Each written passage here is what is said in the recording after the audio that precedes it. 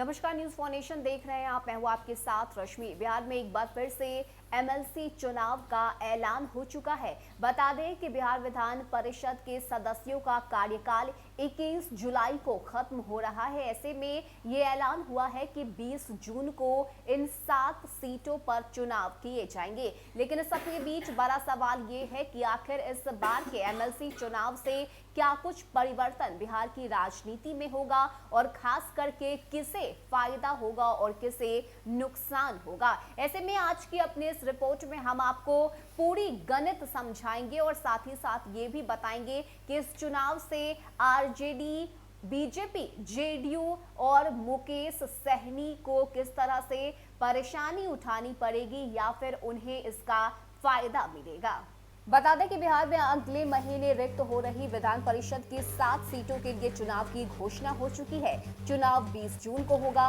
चुनाव की घोषणा होने के साथ सातों सीटों पर जीत हार का गुना भाग शुरू हो गया है। पिछली बार हुए इन सीटों पर चुनाव के बाद बिहार की राजनीति की स्थिति बिल्कुल बदल चुकी थी, जो कि इन 7 सीटों पर पड़ता हुआ नजर आ रहा है। फिलहाल इन 7 सीटों में 6 एनडीए गठबंधन और 1 वीआईपी के पास है, जिस पर खुद मुकेश सहनी चुनकर सदन में पहुंचे थे। अब उनकी सदस्यता भी खत्म हो रही है, लेकिन अभी जो परिस्थिति बनती हुई नजर आ रही है उसमें एनडीए को नुकसान होता हुआ नजर आ रहा है। नए राजनीतिक गणित के अनुसार 7 सीटों में एनडीए को 4 और राजद की महागठबंधन को 3 सीटें हासिल हो सकती है। इस लिहाज से देखें तो एनडीए को 2 सीटों का झटका लगना तय है। बता दें कि वर्ष 2016 में 7 सीटों का गणित कुछ और ही था। तब राज्य में महागठबंधन की सरकार थी। उस समय जेडीयू के पास 2, राजद के पास 2, भाजपा, कांग्रेस और वीआईपी के पास 1-1 सीट थी। बाद में राजद के दोनों विधान पार्षद और कांग्रेस के एकमात्र विधान पार्षद जेडीयू में शामिल हो गए।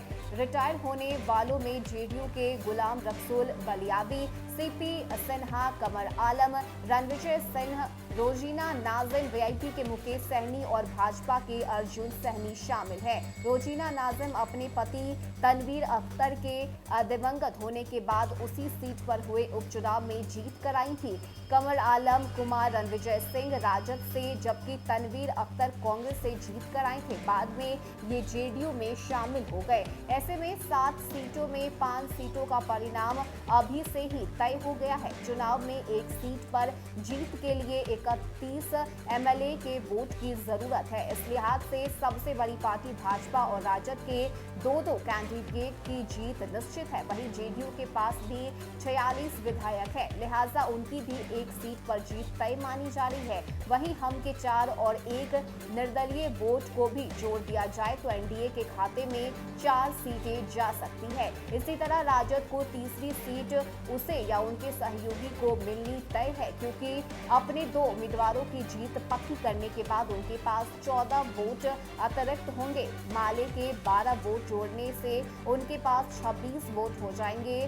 वाम दलों के 4 वोट से यह संख्या 30 हो जाती है। ऐसे में एक सीट के लिए कांग्रेस भी दावेदारी कर सकती है। फिलहाल कांग्रेस के पास 19 विधायक है। कांग्रेस की पूरी कोशिश होगी कि वह माले के 12 वोटों को अपने पक्ष में कर ले, जिससे उसे भी 31 वोट हो सके। कांग्रेस यदि अकेले पड़ी तो 19 वोट लेकर भी रिजल्ट पर प्रभाव डालने की स्थिति में नहीं है। न्यूज फॉर नेशन की रिपोर्ट।